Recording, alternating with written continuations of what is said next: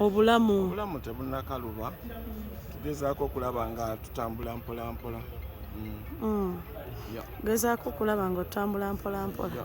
Obadde opanga kati ng'obuze nnyo. Mbaayo mpola mpola mu ghetto zange, mpola mpola mu bizinesi zange ez'ennyaanya nga bwe tutambuza obulamu n'obw'endongo. Omutambuza obulamu n'obw'endongo. Obalansinga otya ennyaanya n'obulamu n'endongo? Tekyetaagisa maanyi kuba ebigere ebidongo tubikuba kiro. Kati okubeera mu faamu yo kigaana kuba ndongo.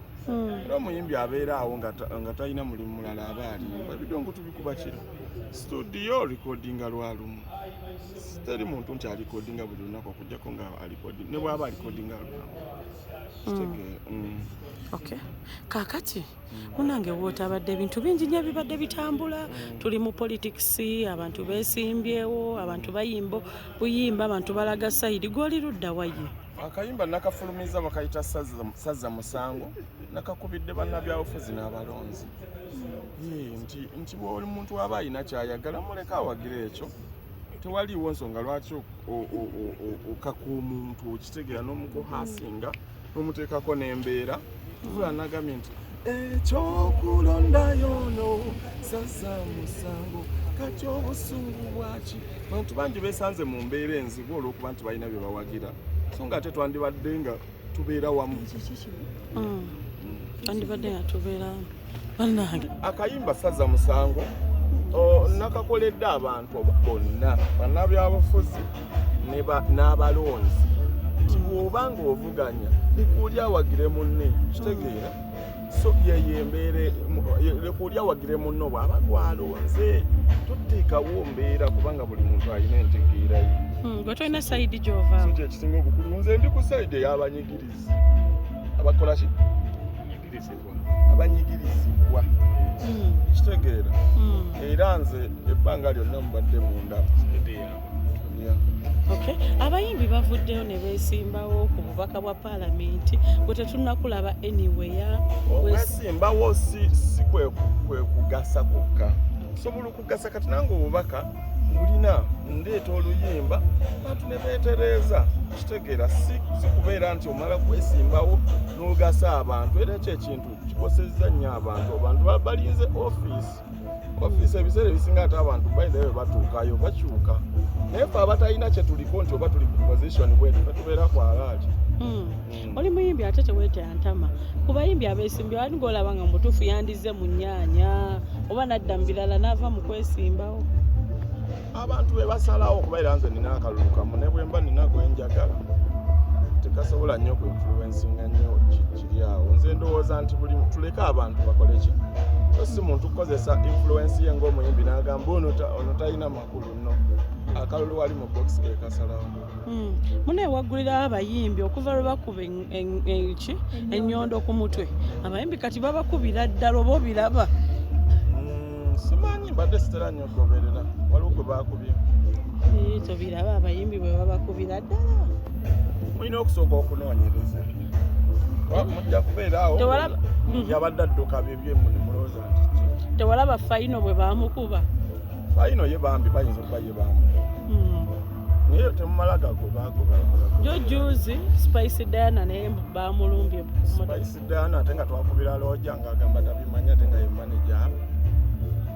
Twakubira manager omuwa amawulire yakubira manager wa Spice Diana.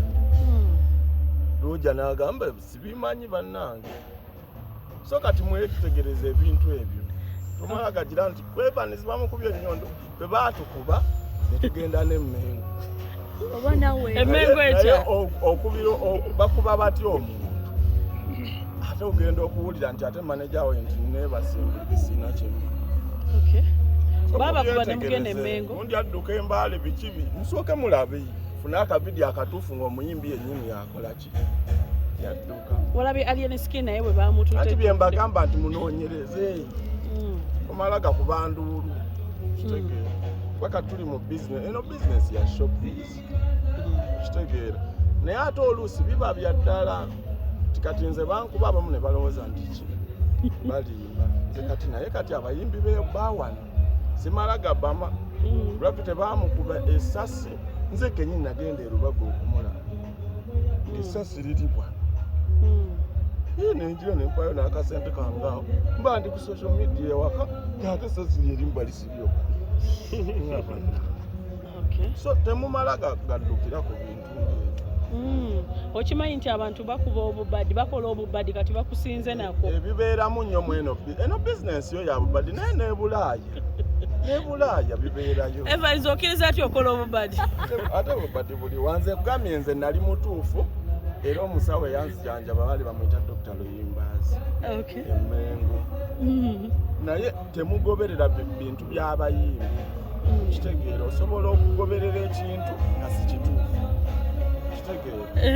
wali okirozezaako muyimbi kyeyakusiba bangi tubalabye nti omuntu gwebagaye nti ali Lubaga kinga ali wano ku Shayini ngaani wamma nedda naye nga byebyo banga byebyo nedda si byebyo taata kaakati federation ogikiririzaamu federation nali njikiririzaamu ng'emazima era nali manyi omukulu Eddie Kenzo agenda baako enkulaakulana gyatutuusaawoko weewaawo ndaba nti alina byakoze n'ebimulemye ng'omuntu okutali musango soka tulinde ekisanja we kinaggwako kansubire nti byakisanja tulaba ate pulezidenti omulala kyanaakola naye nze ng'omuntu navaayo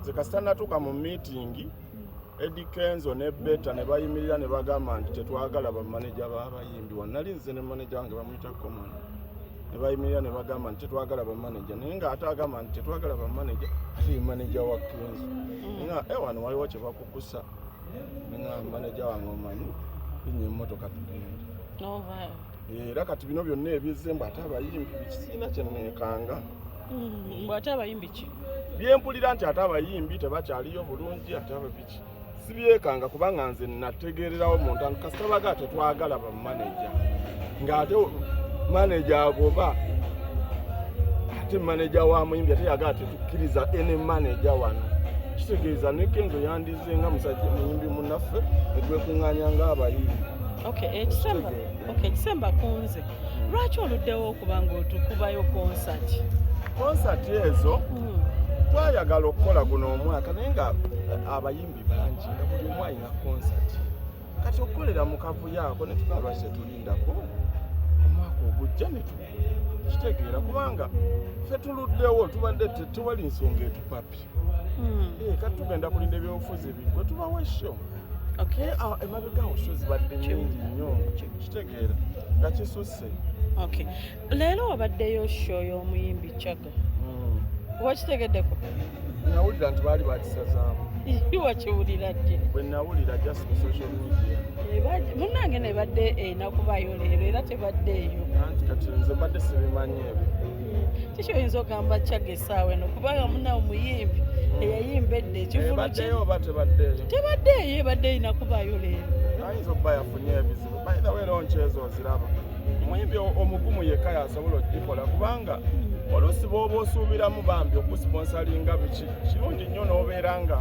weetegese ng'omuntu naye abayimbi abasinga bakola sho nga badipendinze ku basponsors ate basponsors abo balimba oluusi so nze amagezi gempa abayimbi sooka weetegeke bulungi nnyo oleme kubeesinga ku bantu bebbali otulagadde omukyala bannange omukyala akaseera bwe kanaaba katuuse naye nze mpromotinga nnyo ndongo kyensobola obbagamba si mukyala abakyala bonna abazze mu kamera biwedde bubi kitegeera nti bw'oleeta omuwala n'omulaga abantu waliwo akatale ako k'omukolera nga nawe kennyini tomanyi kitegeera so nze nandyagadde omukyalo wange abeere waka wakufumba tukole emikolo abeewaka famire ye maama ne taata n'ab'eŋŋanda ze n'abeewaffe batulabe naye mu mawulire eno bireme kujjayo kitegeera amiina kyekyo kyensobola